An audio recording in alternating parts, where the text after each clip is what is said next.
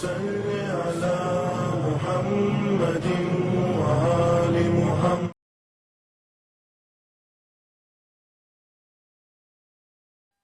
بسم اللہ الرحمن الرحیم. الحمد للہ رب العالمین. الصلاۃ والسلام علی رسولہ الکریم وآلہ الطیبین الطاہرین ولعنۃ اللہ علی اعدائہم اجمعین. ناظرین محترم، السلام علیکم.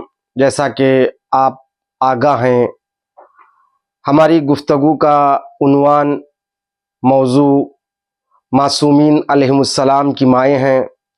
الحمدللہ ہم نے اب تک امام پنجم امام باقر علیہ السلام کی والدہ مکرمہ کی حیات طیبہ تک گفتگو کر چکے ہیں، اور آج گفتگو کا عنوان ہے مادر مصحف ناطق یعنی امام جعفر الصادق علیہ السلام ہیں. میں نے اس سے پہلے بھی عرض کیا، یہ وہ خواتین ہیں جن کو اللہ نے اپنے سب سے قریب، اپنے سب سے محبوب ترین بندوں کی ماں کے طور پر منتخب کیا ہے.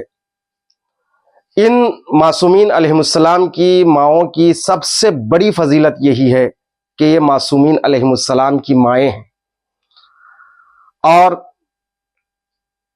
جتنی فضیلتیں ہیں وہ سب فضیلتیں اسی اہم فضیلت کے ماتحت ہیں کہ یہ مادر معصوم ہیں، اور ان کی عظمت، ان کی رفعت، ان کی بلندی، ان کا ایمان، ان کا تقوی، ان کی پرہیزگاری، ان کا صدق و صفا، انہی صفات حمیدہ کی بنیاد پر اللہ نے ان بیبیوں کو ائمہ معصومین علیہم السلام کی ماؤں کے طور پر منتخب کیا ہے.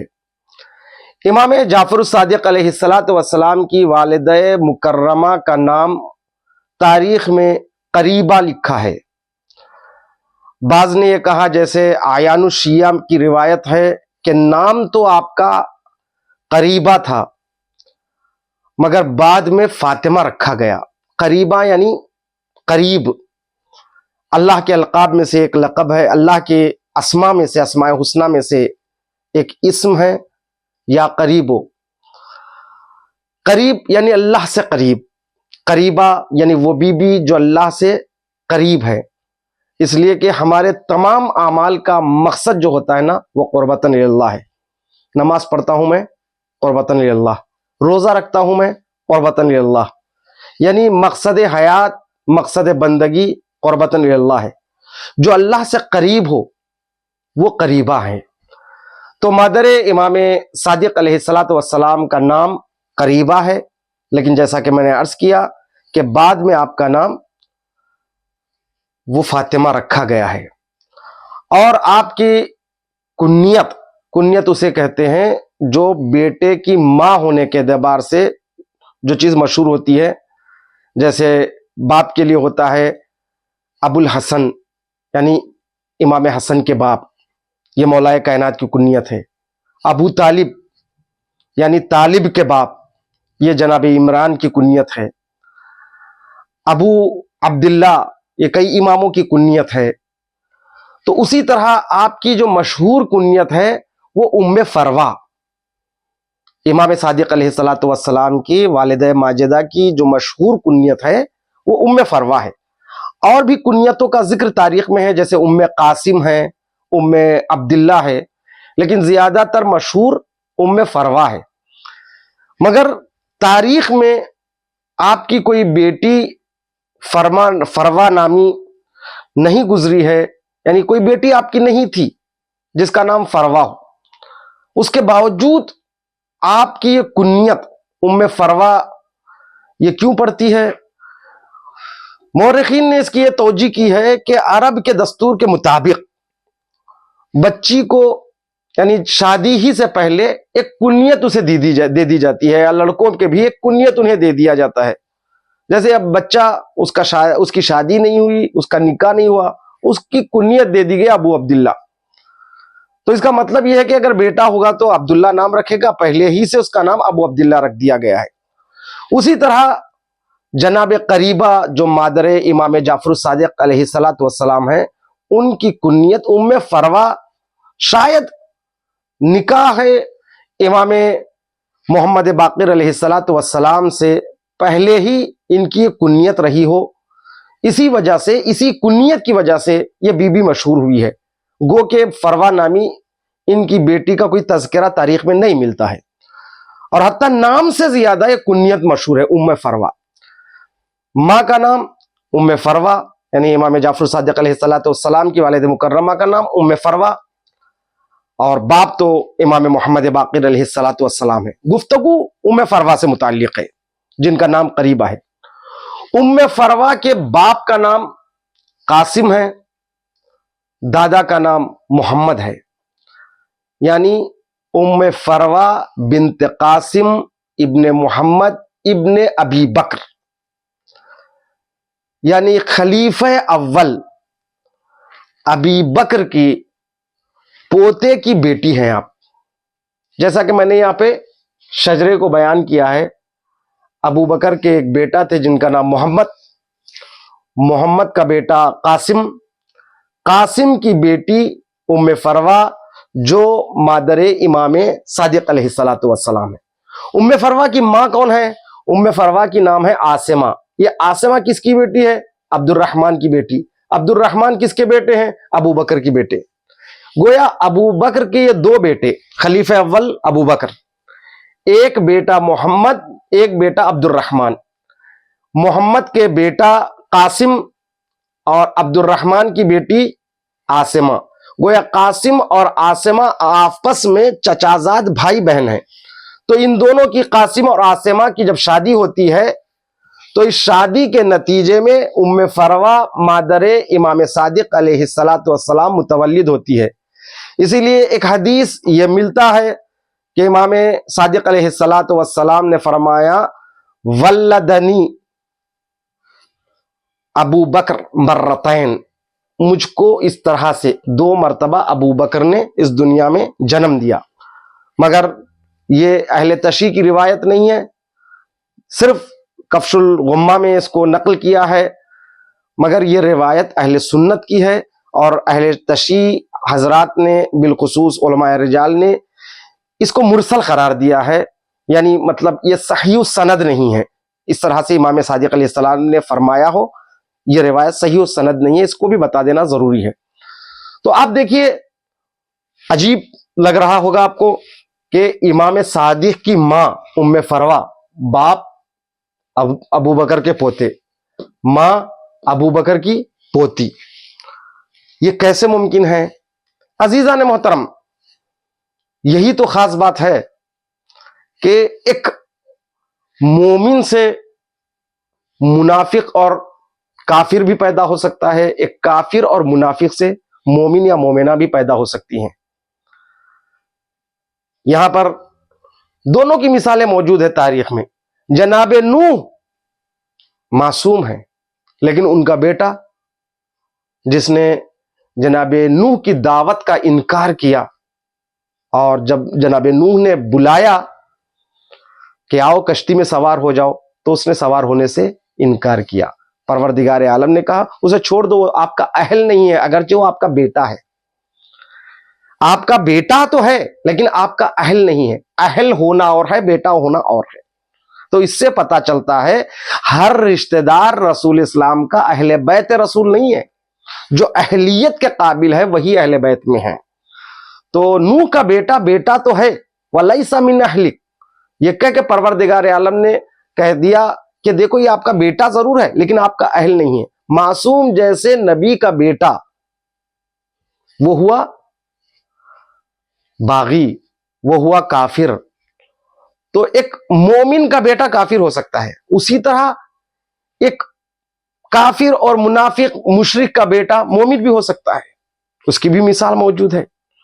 تو عزیزان محترم، یہاں پر سورہ انعام کی جو آیہ کریمہ ہے، آیت نمبر 95، یخرج الحی من المیت ومخرج المیت من الحی، یعنی پروردگار عالم کی ذات وہ ہے جو زندہ سے مردہ کو نکالتا ہے اور مردے سے زندہ کو نکالتا ہے. تو ظاہر سی بات ہے اس آیہ کریمہ کا ظاہری ترجمہ یہی ہے کہ بہت سی ایسی چیزیں ہیں جو زندہ سے مردہ نکلتی ہے، مردہ سے زندہ نکلتی ہیں، مگر یہ ظاہری ترجمے کی حد تک اس کی تفسیر نہیں ہے. معصوم فرماتے ہیں اس سے مراد وہ لوگ بھی ہے جہاں پر پروردگار عالم کافروں سے مومنین کو پیدا کیا ہے اور مومنین سے کافروں متولد ہوئے ہیں. تو یہ آیت ان کے لیے بھی ہے.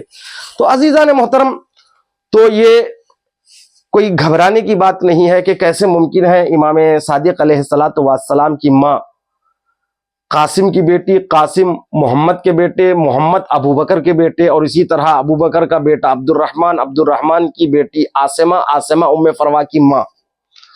یہ ممکن ہے اس لیے کہ ان کی ذاتی شرافت، ان کی ذاتی فضیلت یہ اللہ کے پاس مکرم ہے.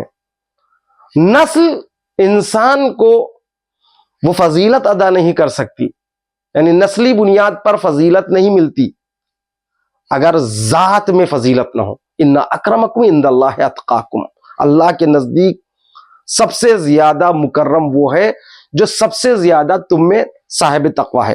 اور جناب ام فروا جن کا نام قریبہ ہے، فاطمہ ہے، وہ ان کا تقوی اور ان کے ایمان سے متعلق خود امام صادق علیہ السلام ارشاد فرماتے ہیں. اصول کافی جلد نمبر 1 صفحہ نمبر 501 کی روایت ہے، کانت امی ممن آمنت و اتقنت و احسنت واللہ یحب المحسنین.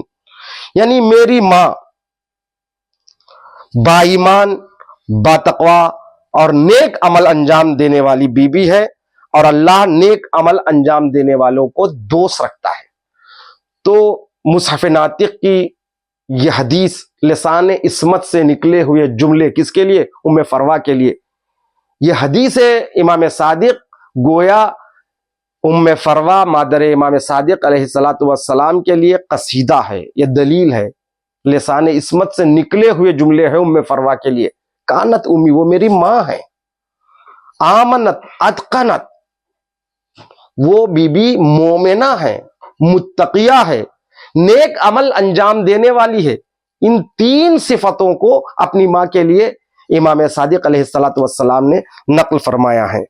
آپ اس سے اندازہ لگا سکتے ہیں. اور آپ کا مرتبہ دیکھیے کہ امام علیہ السلام نے آپ نے اپنا وکیل قرار دیا. اللہ اکبر. دیکھیے، وکیل اس کو بنایا جاتا ہے جس پر بھروسہ ہوتا ہے.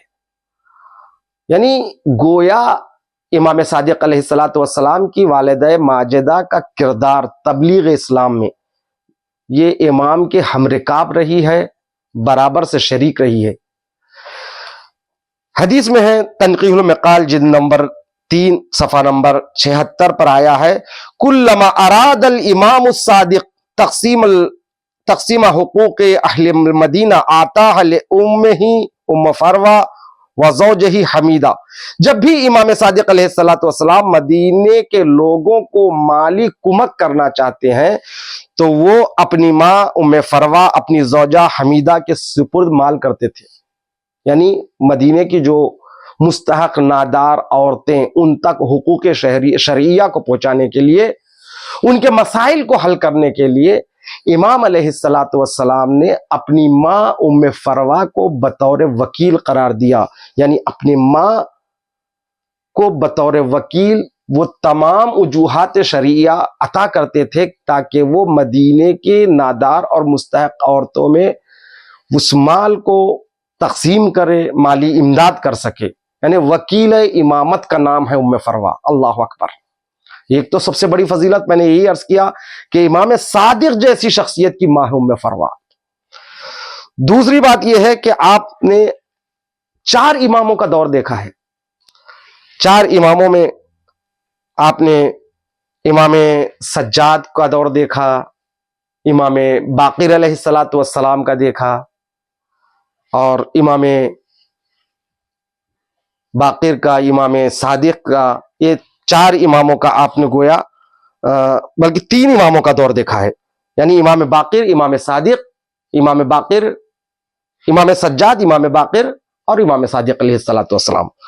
ان تین اماموں کے دور کو آپ نے دیکھا ہے اور ان سے علم بھی حاصل کیا, صرف دیکھا نہیں ہے, ان اماموں سے علم بھی حاصل کیا اور حدیثوں کو بھی نقل کیا ہے. لہذا آپ راویہ بھی ہے, ام فروا مادر امام جعفر صادق علیہ الصلوۃ والسلام, راویہ بھی ہے اور محدثہ بھی ہے. یہ حدیث جو خود امام جعفر الصادق علیہ الصلوۃ والسلام نے اپنی ماں سے نقل کیا ہے, وہ حدیث تنقیح المقال جلد نمبر 3 پر ہے. تو امام فرماتے ہیں, آپ فرماتے ہیں کہ یہ اس کو میری ماں نے میرے بابا سے اس حدیث کو نقل کیا ہے. میری ماں نے مجھ سے کہا, بیٹا تمہارے بابا نے مجھ سے فرمایا. کیا فرمایا؟ اے ام فرما, یعنی امام محمد باقر علیہ الصلوۃ والسلام اپنی زوجہ ام فروا سے اس حدیث کو نقل کر رہے ہیں. اور ام فروا جو ہے اپنے بیٹے امام صادق کو, یعنی ایک معصوم سے حدیث کو دریافت کرتی ہے, دوسرے معصوم اپنے بیٹے کو حدیث نقل فرماتی ہے. یعنی امام صادق کی ماں ایسی محدثہ ہے جو معصوم سے نقل کر رہی ہے اور معصوم کو سناتی ہیں, اور فرماتی ہے میرے بیٹے تمہارے بابا نے مجھ سے فرمایا. کیا فرمایا؟ اے ام فروا, میں دن رات گنہگار شیعوں کے لیے 1000 مرتبہ دعا کرتا ہوں. یہ حدیث بھی دیکھیے, عجیب و غریب حدیث ہے. یعنی معصومین استغفار جو کرتے ہیں وہ کس لیے کرتے ہیں؟ استغفار اس بنیاد پر نہیں ہے کہ وہ غیر معصوم سے, ان سے کوئی خطا ہوئی, ایسا ناممکن ہے. اس لیے کہ ان کے دامن کردار پر ترک اولا کا دھبا تک نہیں ہے. تو وہ اگر استغفر اللہ ربی واتوب الیہ کہتے ہیں تو اس کی ایک وجہ یہ ہے کہ وہ اپنے گنہگار شیعہ, اپنے چاہنے والوں کے گناہوں کی مغفرت کے لیے وہ استغفار کرتے ہیں. اس حدیث کو نقل کرنے والی مادر امام صادق ام فروا سلام اللہ علیہا ہے. تو اب بی بی ام فروا کی وفات کب ہوئی تاریخ میں اس کا مفصل کوئی ذکر نہیں ہے. افسوس کا مقام ہے, اکثر معصومین علیہ السلام کی ماؤں کے تذکرے تاریخ میں اتنا نہیں ہے کہ وہ کب پیدا ہوئی, کب انتقال ہوا. بہت کم کے متعلق تاریخ میں کچھ روایتیں ملتی ہیں, وہ بھی علی الاختلاف, ایک نے یہ کہا دوسرے نے یہ کہا. تو اسی طرح امام جعفر صادق علیہ الصلوۃ والسلام کی والدہ مکرمہ جناب قریبہ جو ام فروا کے نام سے مشہور ہے, ان کی تاریخ ولادت کا بھی تذکرہ نہیں ہے, ان کی تاریخ وفات کا بھی تذکرہ نہیں ہے. مگر ہاں بعض نے کہا کہ وہ اس دنیا سے جب چل بسی تو امام صادق علیہ الصلوۃ والسلام کی والدہ ماجدہ تو یقیناً امام صادق علیہ الصلوۃ والسلام کی زندگی میں اس دنیا سے گئی ہے. تو آپ کو پھر ماننا پڑے گا وفات جناب امام صادق علیہ الصلوۃ والسلام سے پہلے ہی ان کا دور حیات ختم ہو جاتا ہے. تو آئیے کتاب کافی میں اتنی تو ضرور ملتا ہے کہ آپ کی وفات مدینہ منورہ میں ہوتی ہے, اور آپ کو اپنے بیٹے امام صادق اور اپنے شوہر امام باقر علیہ الصلوۃ والسلام کے قبروں کے قریب ہی دفن کر دیا جاتا ہے. نشان قبر آج نہیں ہے وہاں پر. آپ انشاءاللہ بقیع کی زیارت کے لیے جب جائیں گے, پروردگار عالم آپ کو اور ہمیں حج و عمرہ کا رزق عطا فرمائے. تو جب آپ بقیع پر جائیں گے تو 4 اماموں کی قبریں, امام حسن, امام سجاد, امام باقر, امام جعفر صادق علیہ الصلوۃ والسلام کی 4 قبروں کے نشان یکجا نظر آتے ہیں. وہیں پر ام فروا بھی مدفون ہے, مادر امام صادق علیہ الصلوۃ والسلام. اب میں تھوڑی سی یہاں پر نسل سے متعلق بات کر کے اپنی بات کو ختم کرنا چاہتا ہوں. یہ تو میں نے عرض کر دیا. اب ابو بکر کے ایک بیٹے جو محمد ہے, ان کی ماں کون تھی؟ ان کی ماں اسماء بنت امیس. جناب یہ اہل بیت کے چاہنے والے, اگرچہ کہ باپ غاصب فدق مگر بیٹا محمد ابن ابی بکر. محمد ابن ابی بکر کی ماں اسماء بنت امیس, یہ وہ بی بی ہے جو مکہ مکرمہ میں بیست رسول کے بعد سب سے پہلے مرحلے میں جن عورتوں نے ایمان اور اسلام کو قبول کیا ان عورتوں میں اسما بنت امیس ہے. یعنی سبقت جنہوں نے کی اسلام لانے میں ان عظیم عورتوں میں اسما بنت امیس ہے. اسما بنت امیس اہل بیت کی بے حد چاہنے والی تھیں، اور یہاں تک کہ جناب فاطمہ زہرا سلام اللہ علیہا کے گھر میں جب مدینے واپس آئی تو فاطمہ زہرا کے ساتھ زیادہ آپ وقت گزارتی تھی، حدیثوں کو سنتی تھی، اور یہاں تک کہ جناب فاطمہ زہرا سلام اللہ علیہا نے اپنی وصیت اسما بنت امیس سے کی ہے. اسما، آپ جناب فاطمہ زہرا سلام اللہ علیہا کے مصائب کے باب میں سنتے ہیں کہ جناب فاطمہ نے اسما بنت امیس سے وصیت کی ہے کہ اسما، میں حجرہ عبادت میں جا رہی ہوں، جب تک میری آواز آئے تو سمجھنا میں زندہ ہوں، جب آواز آنا بند ہو جائے تو سمجھنا فاطمہ اس دنیا سے چل بسی. جب بچے آئے حسن اور حسین تو انہیں پہلے کھانا کھلانا. یہ تمام وصیتیں اسما بنت امیس سے فاطمہ زہرا نے کی ہے. اور ساتھ میں اسما بنت امیس وہ بی ہے جو دفن و کفن جناب فاطمہ میں مولائے کائنات کا انہوں نے ساتھ دیا ہے. یہ عظیم بی ہے. یہی اسما بنت امیس کی محبت تھی جو ماں کی وجہ سے محمد کے دل میں وہ محبت اہل بیت جاگزی ہوئی ہے. تو اسما بنت امیس دراصل جعفر طیار جو جعفر ابن ابو طالب کی زوجہ تھی.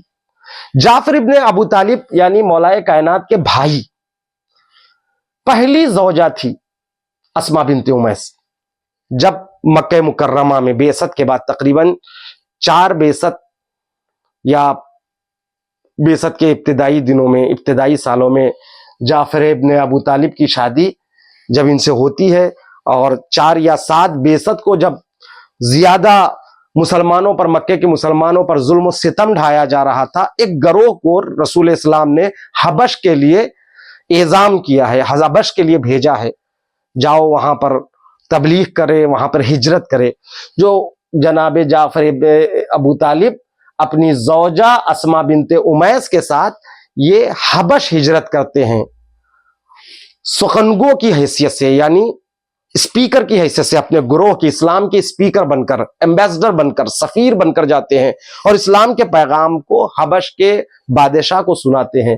اس لیے کہ جعفر ابن ابو طالب سے متعلق ہے کہ بہترین مقرر تھے وہ، تو لہٰذا ان کو سخنگو یعنی اسپیکر، یعنی ان کو سفیر بنا کر رسول اسلام نے حبش بھیجا. تو مکے سے پہلی مہاجرت ان کی ہوئی ہے اسما بنت امیس اور جعفر ابن ابو طالب کی حبش. اور ان سے جو بیٹا، ان دو اسما بنت امیس اور جعفر ابن ابو طالب یعنی جعفر طیار سے جو بیٹا پیدا ہوتا ہے ان کا نام ہے عبداللہ. یہ عبداللہ وہی ہے جو جناب زینب کے شوہر ہیں. تو یہ پہلی شادی تھی. پھر اس کے بعد تقریباً اسما بنت امیس آپ جو ہے جب رسول اسلام مکے سے مدینہ تشریف لے آتے ہیں تو اس کے 7ویں ہجری میں جناب جعفر ابن ابو طالب اپنی زوجہ اسما بنت امیس کے ساتھ حبشے سے مدینہ آتے ہیں. اس طرح سے جعفر ابن ابو طالب ذل ہجرتین ہیں. انہوں نے 2 ہجرت کی ہے. ایک ہجرت مکے سے مدینہ، مکے سے حبش، دوسری ہجرت حبش سے مدینہ. اس کے بعد جنگ موتا جو شام کی سرزمین پر یہ جنگ ہوتی ہے، اس جنگ میں جعفر طیار اسلام کے لشکر کے علمبردار تھے. جنگ موتا میں، اس جنگ میں جعفر طیار جنگ کرتے کرتے شہید ہو جاتے ہیں. ان کے دونوں ہاتھ قلم ہو جاتے ہیں. جعفر طیار کے دونوں ہاتھ قلم ہو جاتے ہیں. جب جعفر طیار کی شہادت کی خبر مدینہ پہنچتی ہے تو رسول اسلام آنسو بہاتے ہیں، اور اس کے بعد اپنی بیٹی فاطمہ سے کہتے ہیں جاؤ اسما بنت امیس کو شوہر کا پرسہ دو. گھر کھانا بھجواتے ہیں. تو عزیزان محترم یہ روایتیں موجود ہے، اس سے پرسہ دینا، گریہ کرنا اسلام کی روح سے ثابت ہوتا ہے. تو اسما بنت امیس کے مرنے پر